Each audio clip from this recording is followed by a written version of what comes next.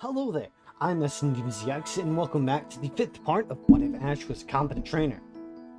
Fun fact, I think I might have already recorded this and accidentally deleted all the footage. Yeah, that's, unfortunate, isn't it? If that is, what I did. But, yeah, I think, from the looks of the script, this episode's gonna be a little shorter than normal. But, you know, the next part will be the ending to Kanto. That's right, we're getting what took us 10 parts last time has taken us 6 parts. And you'll see why later on. For the next part, 107 views and 10 likes. That's how we work now. A view and a like goal, so I know that you guys are actually watching and not the same 10 people.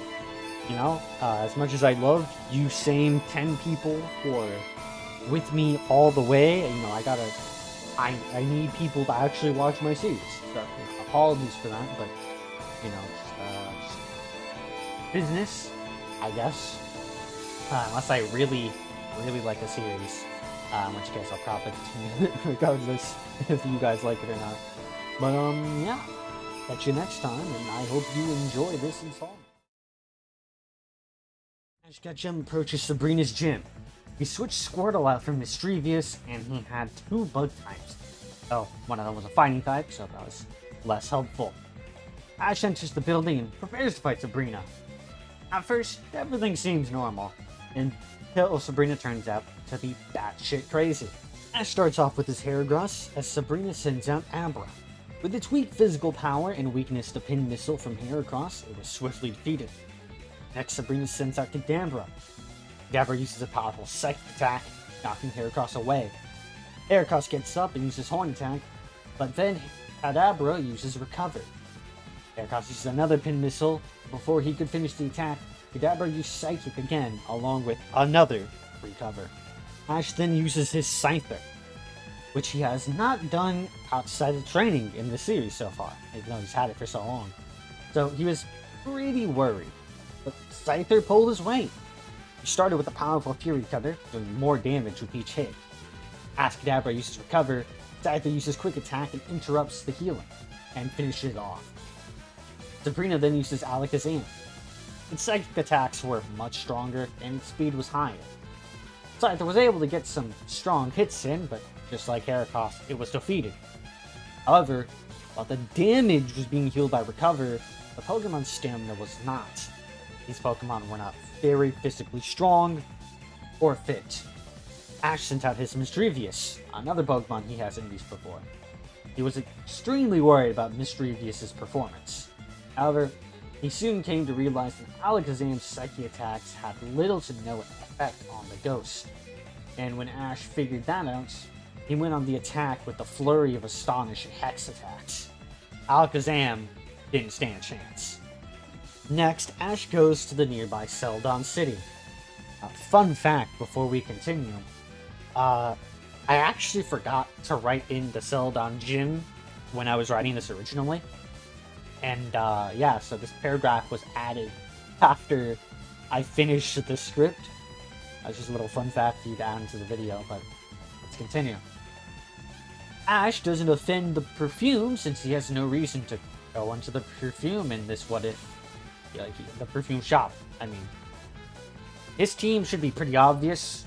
Ash uses Ponyta, Charmander, and Staravia in this upcoming battle.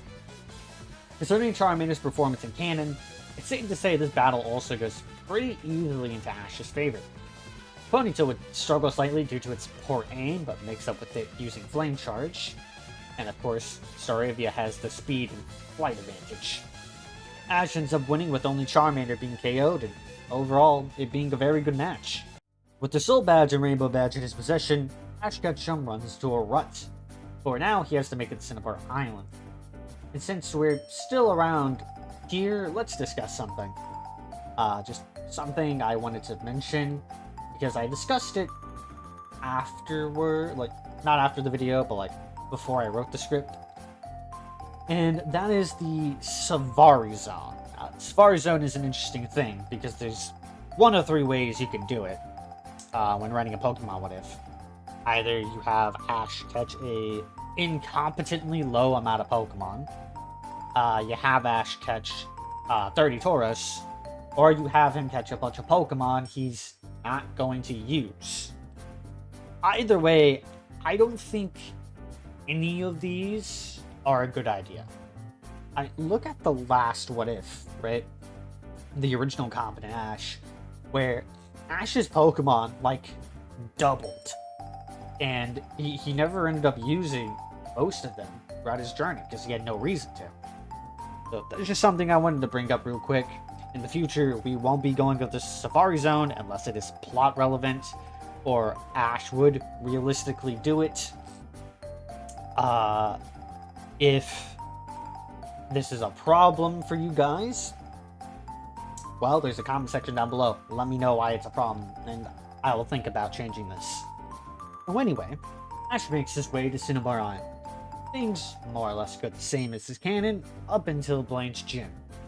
Squirtle's defeated, Krabby's defeated, Ponyta's knocked out by Ninetales, or she knocks out the Ninetales, but then she's defeated. So I guess this actually went pretty close to the canon. Ash got washed. Or, blazed? I don't know how you would say that. Fire puns. This leaves Ash pretty embarrassed, though, to know that he nearly lost 3-0. And so he ends up training on the island. Over that training time, Ponyta learns Flamethrower over Ember, which is a lot easier to aim, solving its aiming issue. Krabby evolves into Kingler, and Squirtle learns Hydro Pump. In the rematch, Ponyta defeats Ninetales but loses to Rhydon. Squirtle beats Rhydon but loses to Magmar. And then Magmar loses to the newly evolved and all-powerful Kingler. I'm aware this section is boring, as was the last battle with the Celadon gym, but I feel like the Sabrina gym was descriptive enough, and I honestly don't want this What If to last another 10 parts, because, you know, we kind of already did this series once. I kind of want to wrap up the Kanto section, maybe go to the Johto section. We'll talk about that when we get there. Though it is kind of funny, in part 3 we were in Pewter, now in part 5 we're about to get to the final gym badge. It's kind of crazy how fast this has been going, but Ash ends up with the fire badge, volcano badge. I can't remember what it was called. I think it was the volcano badge. Moving on even further, Ash makes his way to Viridian City by foot, and of course the first thing he does is set up the gym. He doesn't actually know what kind of gym it is. After all, it's a pretty secretive gym. Ash in this timeline is pretty early. I said extremely early in this, but the thing is, right, Ash didn't have his boat escapades, or a lot of his escapades, actually, that he did in the show. But he spends a lot more time just staying in one spot and training. And he also did a lot of, like, looping around Kanto. So, you're probably wondering why I'm bringing this up. And that's because of Mewtwo. So, for the sake of me actually wanting to get on with the What If, no Mewtwo. Mewtwo does not appear. Okay? He's not here. Ash first uses his Ponyta to fight Persian. Giovanni then switches to Rhydon, which Ash uses Kingler to fight.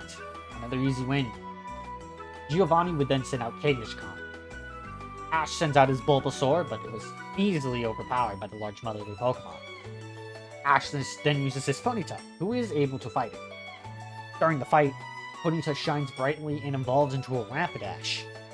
Rapidash's Flame Charge is replaced with Flame Wheel, and she easily defeats the Kangaskhan. Giovanni congrats the boy for not only his rare Pokemon, but his victory. He then shoos him out of the gym. It's weird to Ash, but he shrugged it off.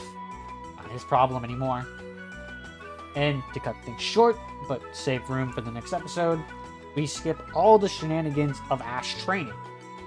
Instead, or Ash not training, I should say, in canon, all that stuff that happened before the Pokemon League.